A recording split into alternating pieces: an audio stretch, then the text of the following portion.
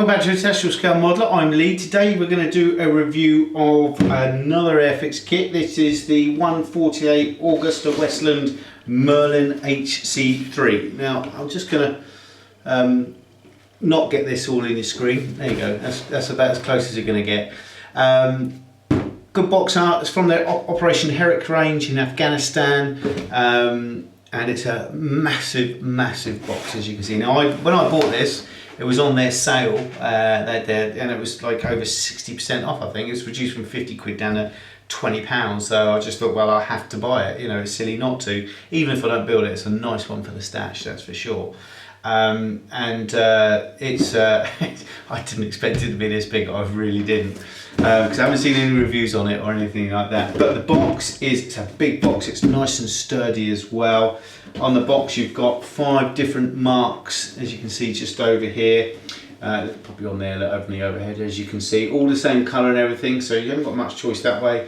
On the side of the box you've got a big write up all the way about it. On the other side you've got a picture of the different marks and a little explanation as to what they are and where they come from, your paint call outs and everything, and 4 Airfix flying hours, which is actually not bad. That's the most they do in one kit.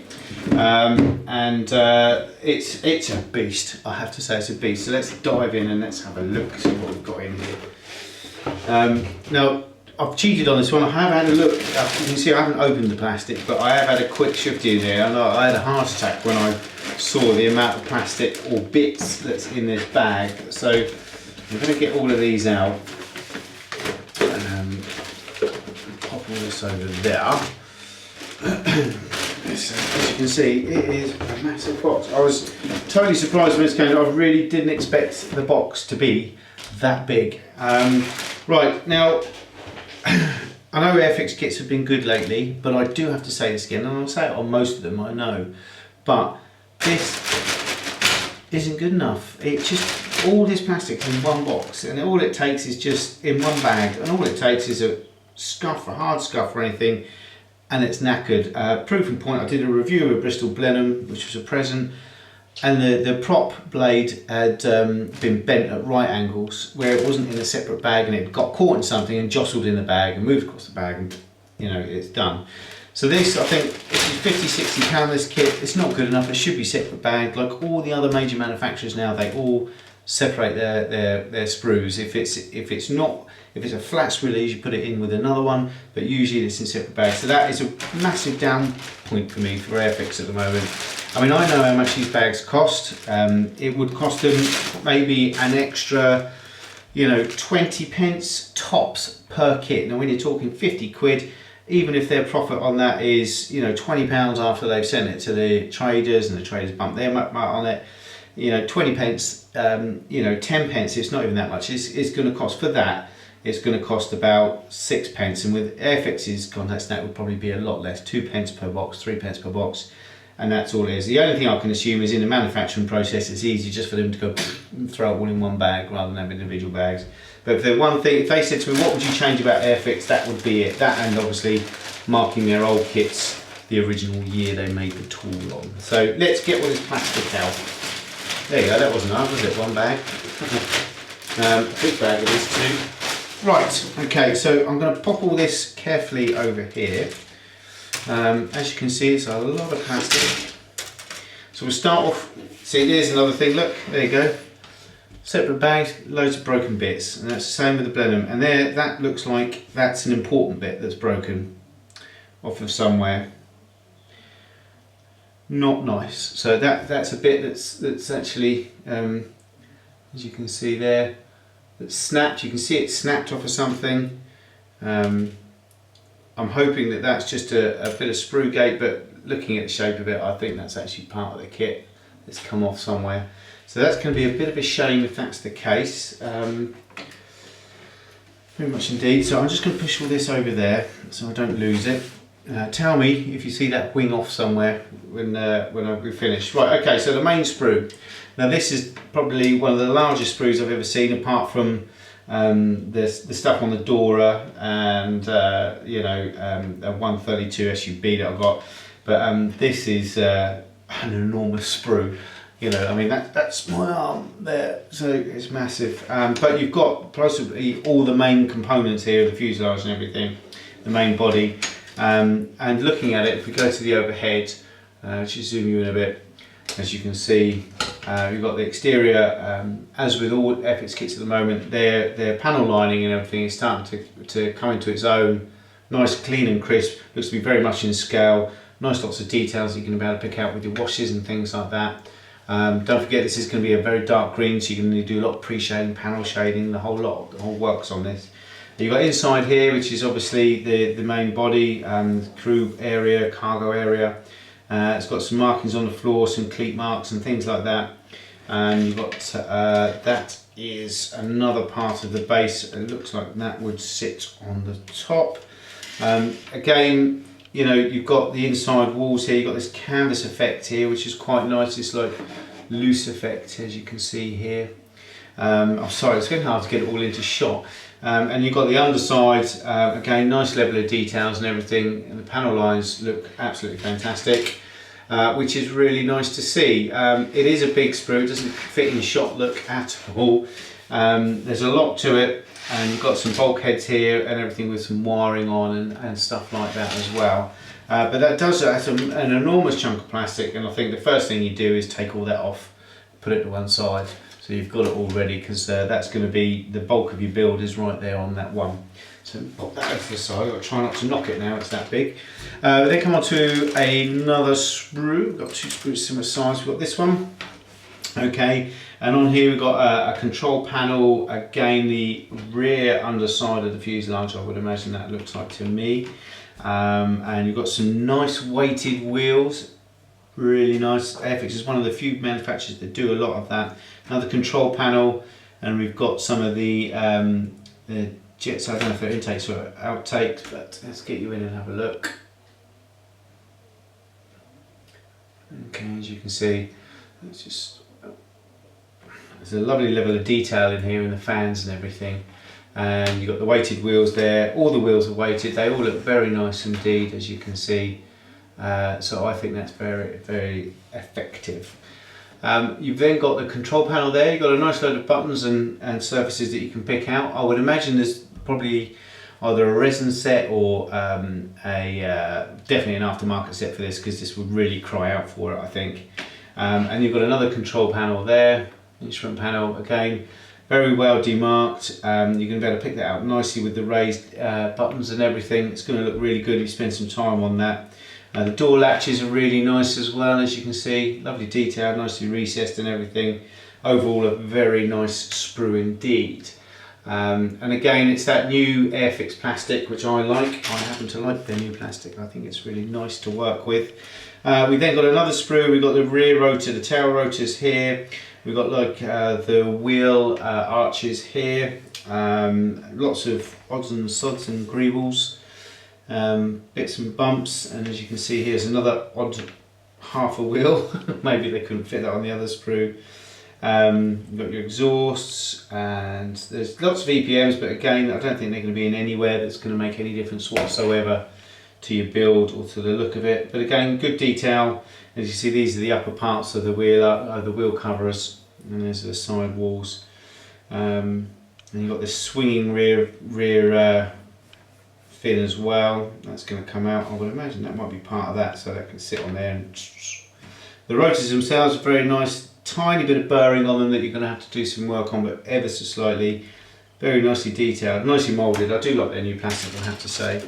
You've then got this enormous sprue, again another big sprue. You've got some quite proud, looks like piping here. I'm just trying to have a look on the picture here where that would be, but it looks like it may be internal, because I can't see anything like that externally. You've then got obviously joysticks, a lot of cockpit greebles and things like that. Odds and sods really, there's nothing to pick out there and say, wow, look at that, apart from the rotors. Obviously you've got all 4 rotors on this part as well. They look to be in ever such good, very well moulded. There's no burr on them at all, no edging. Oh, there's a little bit on the top sides here that you just have to scrape off, just to round it off and make it look nice. But apart from that, I mean, you've got some machine guns there. They look quite nice, look rather detailed. But apart from that, it's just greebles and odds and sods. I would imagine it's a lot of part of the interior, cockpit detailing and things like that as well. There's another set of wheels there, there's two. In fact, those aren't weighted, so I would imagine that's for a takeoff, maybe. No, they're a different size completely, so it'll be interesting to see what they are. But overall, very nice. So as I say, there's a bit of burr and things like that on there, but you just have to get over that, I think. I think you have to expect that on a lot of kits these days, even though you really shouldn't. But you've then got another sprue which you look at and you go, oh my god, look at all that stuff on there. But that is mainly seats. That's all the seating. Again, it's going to be, I think they're going to be really easy and quick to put together as well. It's not putting it together, it's the painting of them that's going to be a pain in the butt. I mean, you've got what, 2, 4, 6, 8, 10, 12, 14, 16, 18, 20, 22 seats there. That you're going to have to do a bit of work on, so good luck with that. But as you can see, this looks like the seat part, and then you've got the rear back, and then this sits on the back, in the back part. Looking very nice. Again, lots of other bits of the upper, I would imagine these parts here, just under the blades, the engine housing basically, and they look all very much up together as well. Nice, again, nice panel lines and everything like that. A lot of work on that sprue. It's going to take you a while to finish that one, that's for sure. But again, more greebles, odds and sods and things like that. You've got some, some of the radar mounts and all that, lot the camera mounts and things like that. So very nice indeed. It's a lot of. There's going to be a lot of work with that. There's quite a bit of burr here and there, so you're going to need a lot of work with your nice sharp scalpel blade, just scraping off the burr and things like that. But if you look at that, that's a lot of plastic there. I mean, the internal is going to be, you're going to spend a lot of time on the internal, I think. The cockpit looks quite large as well. So we're going to have a look at the glass now, just to see what we can see in here.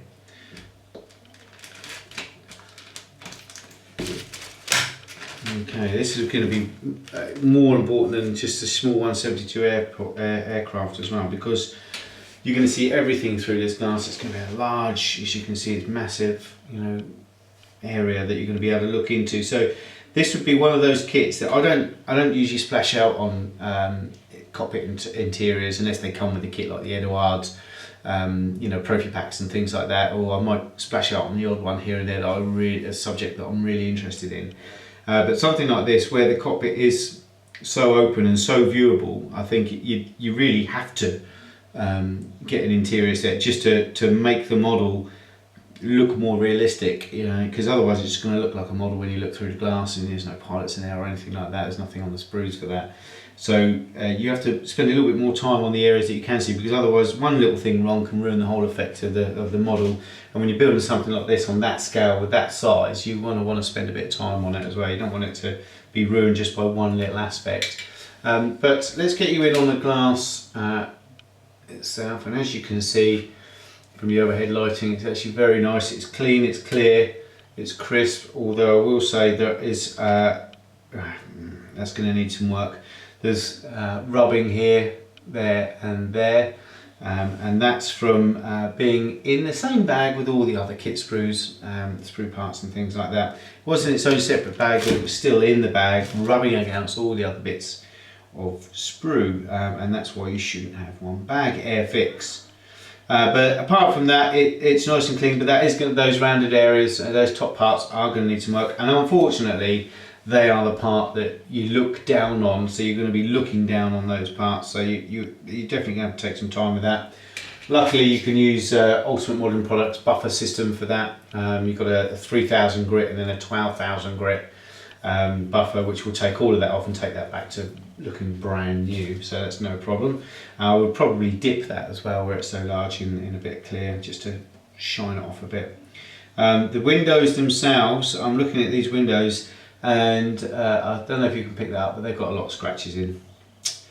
It's not good really, and I have to say I'm a bit disappointed with that. That one's covered in scratches, and you can see it, and while in real life they probably would be a little bit scratched, it's nice to have the choice not to have a scratched window.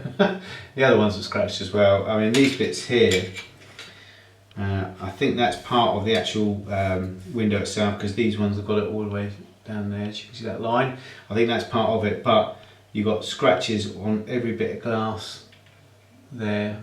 It's very hard to see if you can pick it up. I think you're getting it.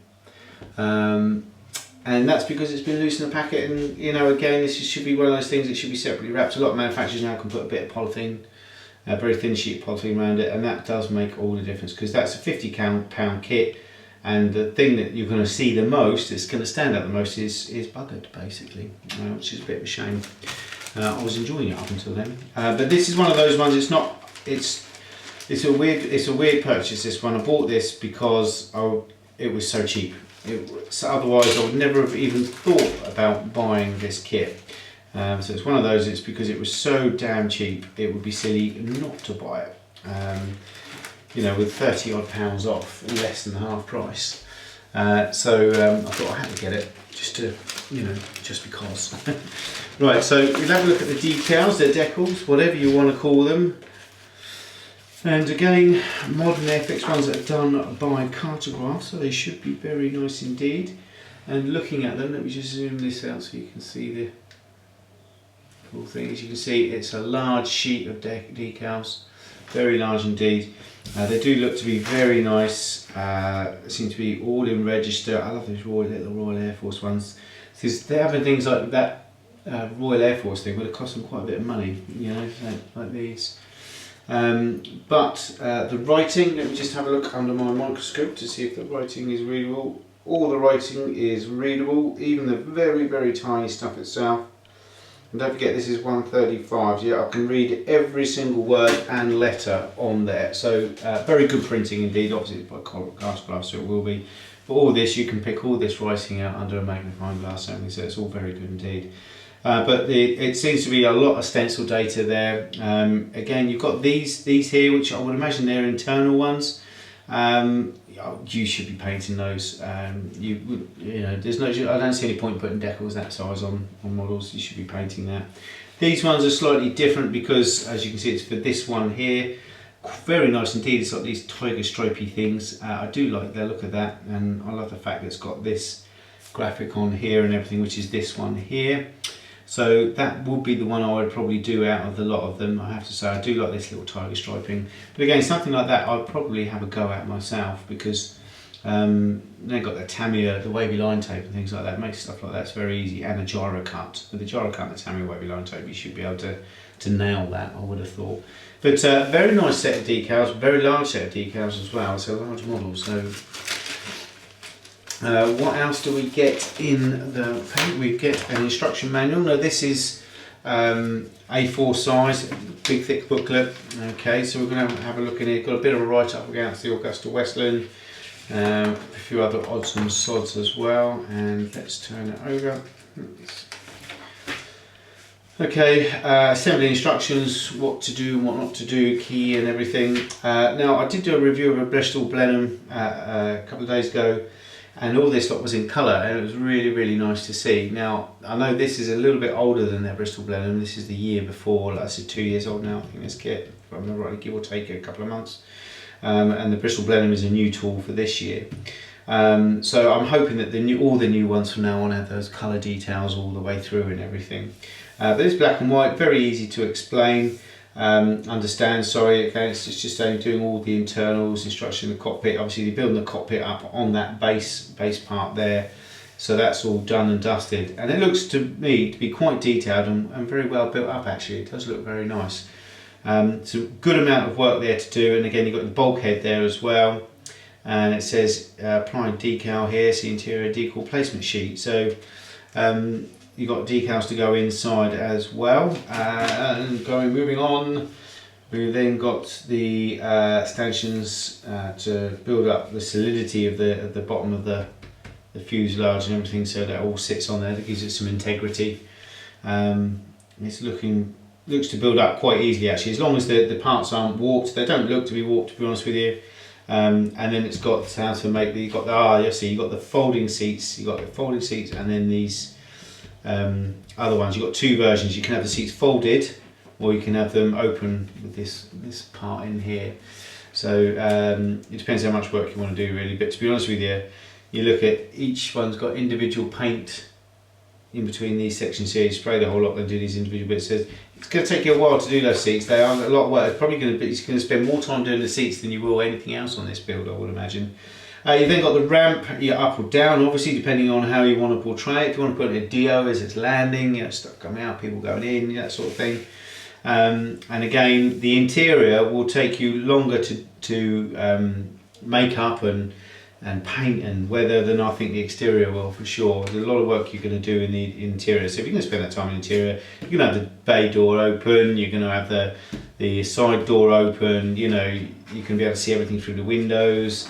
So it's worth spending the time on that. Again, you've got interior decals. That's what those black decals were on that sheet. I don't know why you wouldn't paint that. I would definitely paint that, that's for sure. And then you can see finally you've got this. The interior is one whole cockpit piece itself, as you can see here, and then you put the outside on over that. So again, that's nice. It's like the cockpits on the bigger, 132, 148 planes, where you make the tub up as a separate entity and pop that in there. So it's going to be the same sort of principle as that. And again, you've got different, depending on which mark you go for. You've got slightly different windows here and there. And again, just going up through it, it does look really nice. It looks like it's going to go together quite well. You've then got this interior frame for the cockpit glass, and then it's just building in the intakes and everything at the top for the engine, and that goes on top. It's very simple indeed. The turbines and everything. It looks to be very simple. They seem to be like a whole sub-assembly on their own. Going through it, as I say, you can see then you pop this onto the main part, and then it's time for the wheel wells and arches and everything, and they're quite a sizable size and they're good size themselves. And it's very self-explanatory. I try not to go through instructions too much, it's quite boring, but you've then got the wheel wells and everything like that, and you've got the radar pods and the camera pods and all that that's got on the underside. But what you've got to look at, we remember this is blanket grey, this blanket green, so it's going to be, the outside's going to be dull unless you do some weather on that. I would have lots of post shading on that, and will make that much better than pre-shading. Do some pre-shading, but post shading will be the way to go on that, that's for sure. And then you've got obviously got some more cockpit glass going on, and greebles, odds and sods. These are things you want to leave till the very last moment, because if you're like me, then they're going to get snapped off. But there's lots and lots of them to go on, as you can see. Lots and lots of little bits and bobs. Personally, I would leave probably that whole page, apart from the cockpit glass, I would leave that whole page until the very last thing I would do. Personally, because I know I'm ham-fisted, half of that's going to come off otherwise. Painting is going to be a bit tricky. I reckon it would be a case of I paint that holding the tail, paint half of it and then paint the other half. That's probably the way I'm going to do that. So it's 2 sessions of paint for me. And then you've got, obviously here you've got 2 different schemes depending on what you want to do. Depends on control surfaces, obviously 50 cal mounts, things like that. You've got one on you can have one on the back on the bay door as well as on the side door. So you've got two emplacements there, 2 gun emplacements, so that's good. Again, different slope doors, door glasses and things. As you work through, you can have them open, closed, whatever. Obviously you're going to have them open if you spend all that time on the internals. And then you're going on to more on the doors, again popping on the doors on the other side, no 50 cal on that side. Then you've got the rotors and the rotor mechanism and everything going together, again that's last. And then you pop the rotors on and that whole section goes on. So again, there's lots of sub-assemblies on that, which is nice to see. And very easy to understand instructions. I think that's quite easy. I don't see any problem with those whatsoever. They're quite lateral in the way that they work. We've then got the last piece of the kit is the paint scheme guide. Now I love this. This is, what, A3 size. It's A3 size sheet, which is going to look good on your wall actually if you want to do that. But again, you've got the different marks there. You've got one from 2010, 2012, 2008. Splat, which doesn't have a year on it, just says it's number 28 AC Squadron Splat. I don't know why it's got splat. It's got all that black stuff is on the exterior on top as well, same on all of these. This is the one I want to do. We'll go back to that in a second. But as you can see, it's green, big chunk of green there. big chunk of green there, and another big chunk of green. I will say the props are green, a lighter green. You've got all these decals that fit on the top. I'm going to paint that. I'm not going to decal that, as that will be, large decals like that never sit well in the ends. It's always best to spray if you can. And then you've got the splat one, and then this is the one I'm going to do. This is Waldorf Benson, UK, November 2011. Aircraft carries the serial codes of Halifax Mark III, a Willie number 78 squadron that crashed at Hank Holland 5th of May 1944. I really love, that's fantastic. So they're you know, memorialising an aircraft from World War II, which is really nice.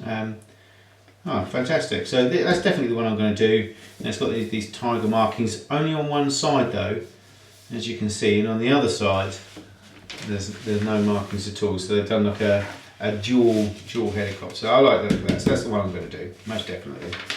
And then you go on to the other page. I like the fact this, you can have these hanging up and down, they're big separate, they're not stable together, which is nice.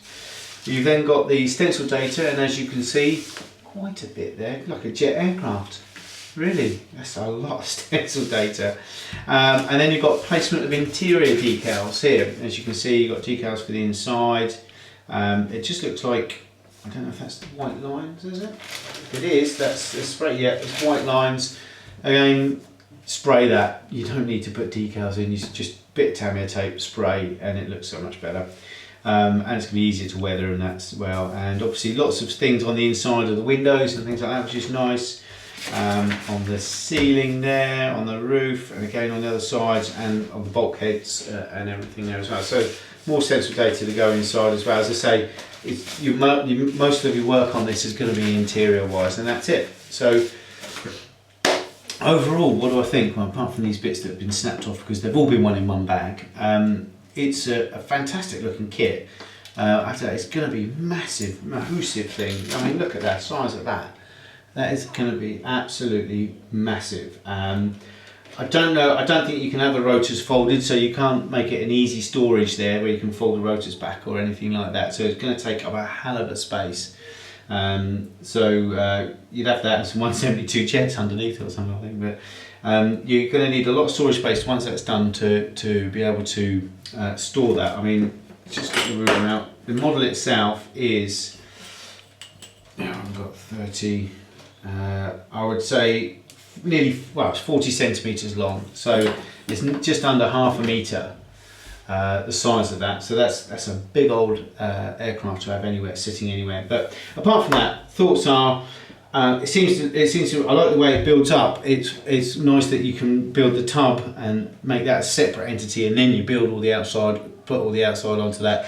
It makes doing the internals a lot easier and doing the externals a lot easier, and not so much pressure on you getting those externals right, because you can obviously, you know, redo them without touching the inside, the interior of the aircraft. I think detail wise, you're probably going to want to add a photo etch set or something like that to that for sure. You know, just to make that cockpit pop a bit more, make it look more alive, and the same with the interior. I would imagine the PE set would have a lot of PE for the bay inside as well, the storage area.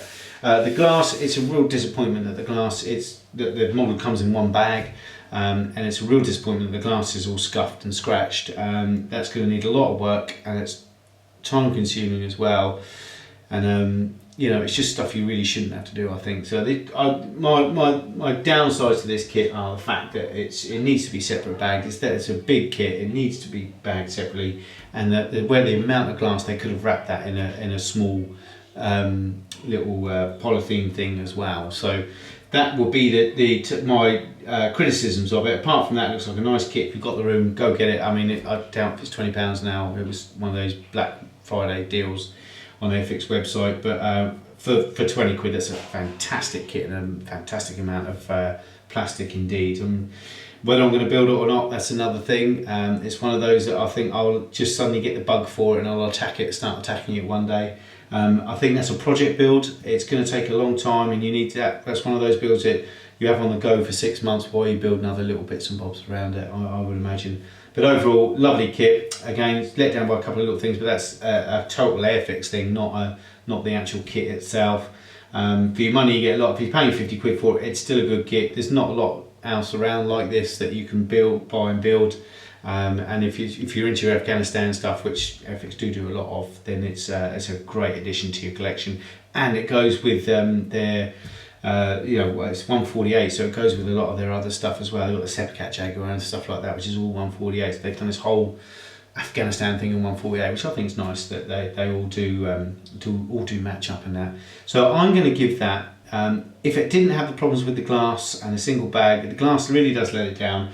I would give that actually an 8.25. I'm going to give it a 7.5 just because the glass is knackered, and I would imagine that's going to be the same on most of their kits because I can't imagine them being too different. Also got some broken bits in there, which I'll have to see. Well, that's again because it's a company-wide thing with Airfix, not just this kit. So for the kit itself, 8.25, but 7.5 because of the bits and bobs that they haven't. Airfix have still failed to attend to in their recent years. But apart from that, it is a thumbs up. It's a massive kit, and I think it would look good in anyone's stash. So until next time, take care. Bye bye.